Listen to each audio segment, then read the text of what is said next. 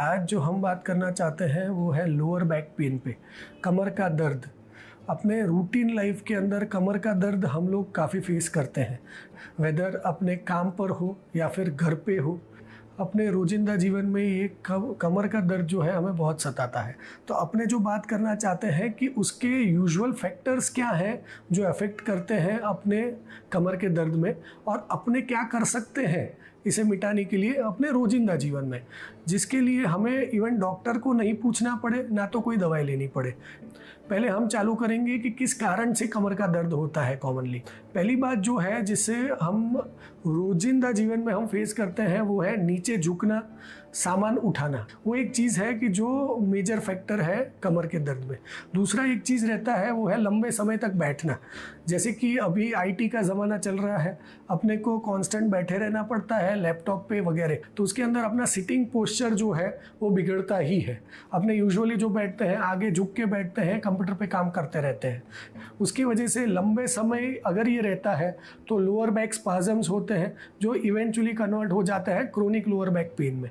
ठीक है, वो एक दूसरा फैक्टर है। तीसरा एक फैक्टर है अपना मोबाइल यूज़ करना। ठीक है, जब भी हम मोबाइल यूज़ करते हैं बट ऑब्वियस है कि हमारा जो पोस्चर रहेगा वो आगे की तरफ झुका हुआ रहेगा, नीचे की तरफ देखता हुआ रहेगा। रोजिंदा जीवन के अंदर अपने कुछ चीज़ें हैं जो ध्यान रख सकते हैं जिससे हमें ये प्रॉब्लम्स ना हो, आगे जाके डॉक्टर तक पहुंचना ना पड़े। जैसे एक है कि जब भी हमें नीचे से सामान उठाना है, एक चीज़ हम कर सकते हैं, नीचे बैठे वो चीज़ पकड़े और फिर खड़े हो, वो एक चीज़ अपने कर सकते हैं। दूसरा है कि अगर काम में लंबे समय आपको बैठना पड़ता है, जैसे कि 6-7 घंटे साथ में बैठना हो, तो एक हम जो बोलते हैं 20 मिनट रूल वगैरह, उसका मतलब ये रहता है कि हर 20 मिनट में आपको खड़े होना है, घूम फिर लेना है या फिर एक वाटर ब्रेक ले लेना है और वापस बैठ जाना है।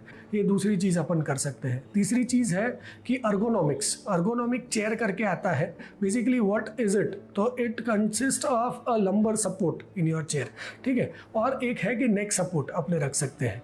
ये दो चीज़ें रखने के कारण ये है कि बेसिकली आपके मसल्स जो स्पाजम में जाए उसे हम सपोर्ट दे सके और इवेंचुअली वो स्पाजम में नहीं जाएंगे। This are the small things which can improve your spine health in a long term.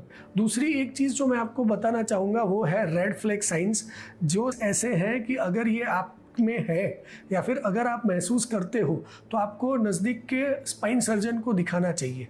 उसमें पहली बात यह है कि अगर आपका दर्द लोअर बैक से नीचे की तरफ जा रहा है, जैसे कि बैक ऑफ द थाइस, ये अपने जांघों के पीछे, या फिर लंबे समय बैठने पे जांघें भर जाए। दूसरा एक है कि पैर में खाली चढ़ना, झुनझुनी होना, पेशाब में दिक्कत होना, जैसे कि यूरिन इनकंटिनेंस का मतलब थोड़ा यूरिन आ जाना, अपने को पता न चले।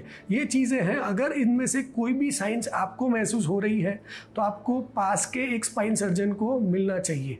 दूसरी चीज़ मैं आपको ये भी थोड़ा क्लैरिफाई करना चाहूँगा, जो मैं अपने रूटीन प्रैक्टिस में देख रहा हूँ कि अगर बैक पेन होता है हम लोग पहुंच जाते हैं पास के फिजियोथेरेपिस्ट के पास। Physiotherapist yes, they of course they are doctors, but उनका काम है स्पेसिफिक कसरतें सिखाना या फिर सिखाई देना। वो आपको गाइड नहीं कर सकते कि ये किस दिक्कत के कारण है। उसके लिए what I would rather advice is कि पास के एक spine surgeon who is an expert in your field, उन्हें आप दिखाओ। ठीक है, उनसे सलाह मशवरा लो, और अगर वो बोलते हैं कि फिजियोथेरेपी की ज़रूरत है या फिर दवाई की ज़रूरत है, वो आगे करिए। ये चीज़ों का मैं आपको एक सलाह देना चाहता था इस वीडियो से।